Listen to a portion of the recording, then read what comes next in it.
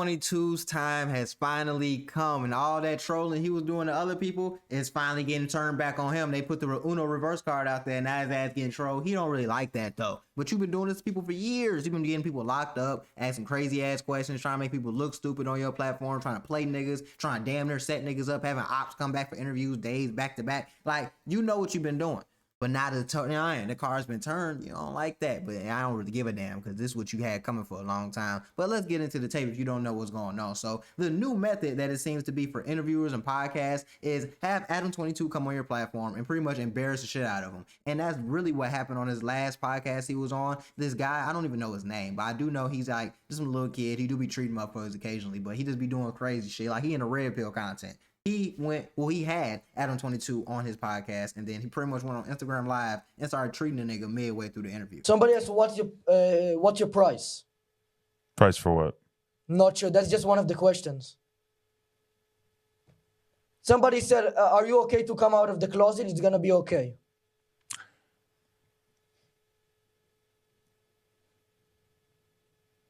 But do you have a comment for that one or not? Nothing to say?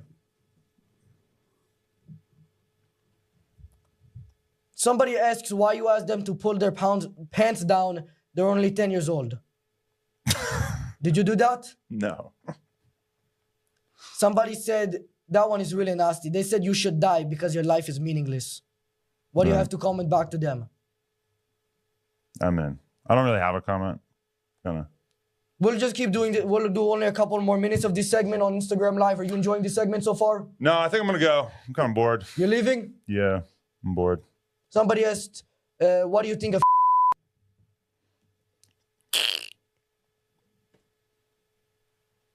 Have you ever slept with a man? Okay. I'm done. Done? Yeah. Appreciate you guys, though. How much would somebody have to pay you to sleep with a man? Is there a set amount of money?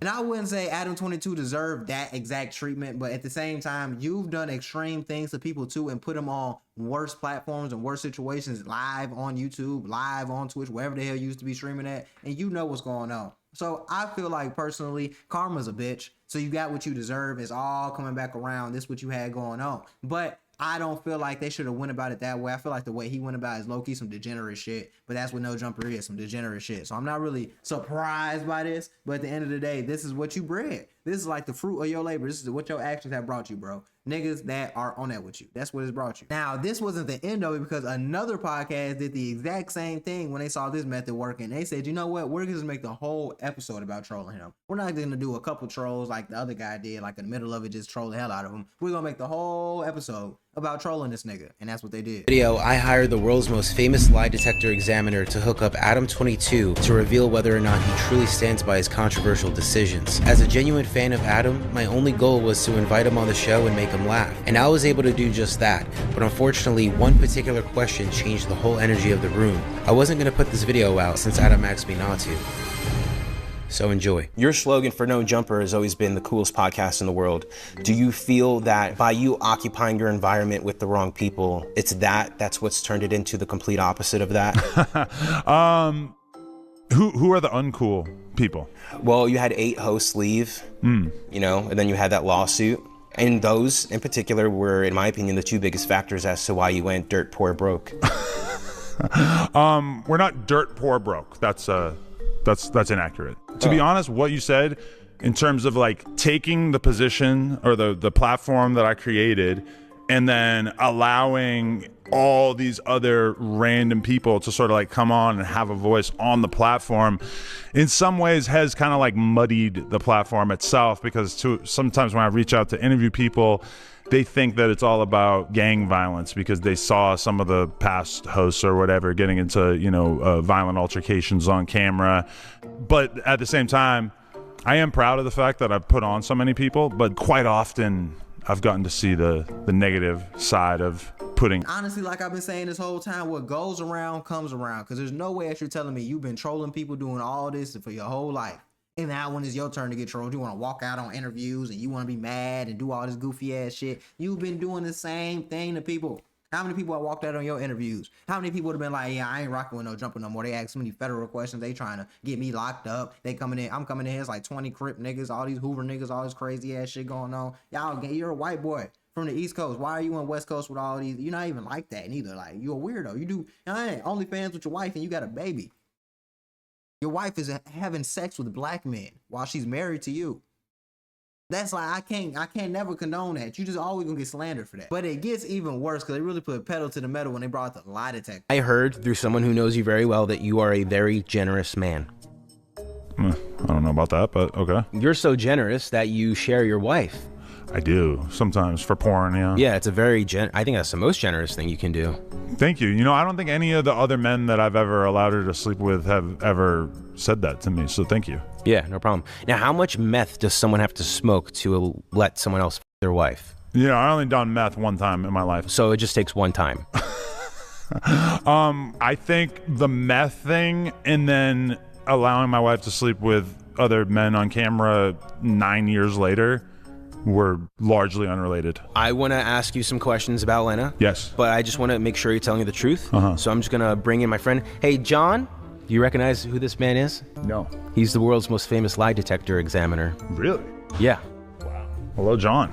John, this is Adam22 from the No Jumper podcast. Hello, John. So he's just going to hook you up just to ensure that you're telling the truth. And are they going a little too far with the questions? Yeah, but this is the same thing he be doing. And you gotta face the actions, bro. It's the consequences of your actions. You was out here doing goofy badoofy shit, putting people on Front Street, making niggas look lame, making niggas look goofy, ruining careers. You starting the wrong people off and putting the wrong people in the spotlight. Like, you ain't never did nothing positive, Brody. And this is what happens. They're gonna treat the shit out of you, especially when your wife is getting piped on like, what? And you still married to her. And y'all doing effing that shit weird, bro. I ain't gonna lie to you. And that's why they wasn't done yet. They was not done turning up on his goof ass. They had to let him have it some more. True that your name is Adam John Grand Maison.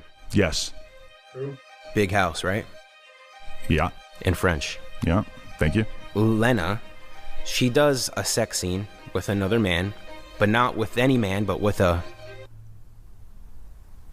Black man? professional porn star. What the Yeah, that is also accurate. True. Do you or do you not regret allowing Lena to sleep with Jason Love? I absolutely do not regret that. I don't even know if I believe that this thing is plugged in, but Blood, sweat, forward breathing, upper breathing. I've been testing since the 1980s.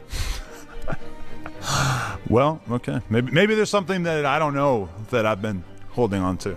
Did you enjoy watching the scene with Lena and Jason Love? Yeah, you know, I haven't really like tuned into most of the scenes that she's done since then. Sometimes I'll see like the trailer on Twitter and I'll watch the like 30-second version, but haven't really like cared enough to sit and watch the 40-minute version or whatever.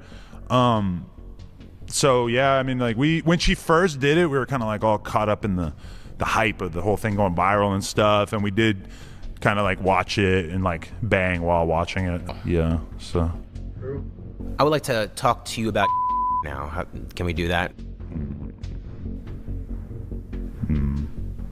I don't joke around about that. Fine. Why do you think that the majority of men wouldn't allow their wives to do the types of things that you allow Lena to do? I think we're open-minded. But would you agree that the only thing that's became more open is Lena's clam? Okay. I mean, Or is it something about the word clam? Yeah, her vagina has maintained the majority of the pre-Jason Love tightness. No, I think the only thing that's still tight is the devil's grip on her soul, I would say at this point, right?